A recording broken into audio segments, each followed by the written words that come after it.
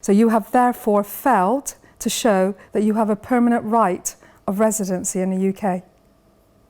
I mean, I've been here all my life. I haven't got another country.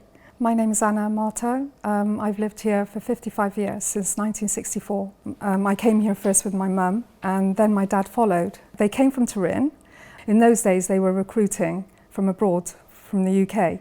So they were, the companies would go over there, and it's post-war in the UK, they were looking for, workers. They thought that Britain was the best place to go, because the people were are honest, decent people. And he loved the fairness of the system. I always felt I belonged here. I always felt British and a citizen with equal rights.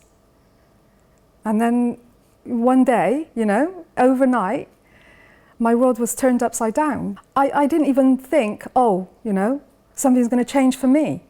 I just thought, we're going into, something, we're coming out of Europe. The assurance we had was that nothing was going to change. And I thought, I've got Italian passport, it just occurred, I've got an Italian passport, maybe get a British passport. I was stopped at the airport when we were going on holiday, when we were coming back, and there was a queue of people waiting, and someone said, what are you, where do you live? Why are you coming here? And that's when I realised that, something's changed, why am I being questioned in front of all, and singled out in front of all these people? I applied for citizenship. Because I thought after that experience, I thought, my husband's British, my kids are British, I'm going to be in a separate queue. Made a call to them, what do I have to do? Applied, you're not a resident, you need to apply for permanent residency here. I said, I'm a resident here. We don't see you as a resident here. The absolute shock. So I thought it was a formality. I thought I just had to fill in a few forms. Anything is the pathway to citizenship. Never believing that I would be ever refused my right to stay here. You have to go online and apply, put your name down and everything, and then they set out the requirements, what you need. That you have to prove 5 years continuous residency here. So I thought, okay, I can do that, I've got NHS, I've worked for 5 years in the NHS, maybe I should do those years. Rang the NHS, because who has their P60s or P45s, I don't know, from 1979, that eventually they said, we can't find them. So I thought, okay, but I can still, that's not a problem. I've got NHS numbers, I've got all my tax, I phoned the tax office, with all the information.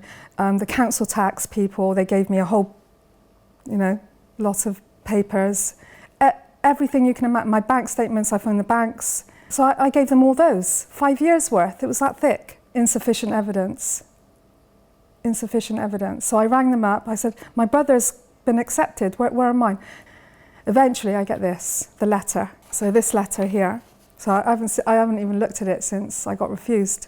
And it basically says that I failed to prove that I've been a qualified person, either as a worker, a self-employed person, a student, a job seeker. I've never claimed. That's ironic, because if I'd claimed, I would have been accepted. So you have therefore failed to show that you have a permanent right of residency in the UK. I mean, I've been here all my life. I haven't got another country. I just felt so incensed, and it's humiliating. And it's offensive. The appeal system says you have to be interviewed in an immigration chamber. So I buried it, basically. I just didn't want to think about it anymore. That's what happens when you go into shock. You're thinking, I'm foreign now. Have I got a right to do this? Have I got a right to do that? You question your own identity. I know that your father died relatively recently. What would he make of this situation?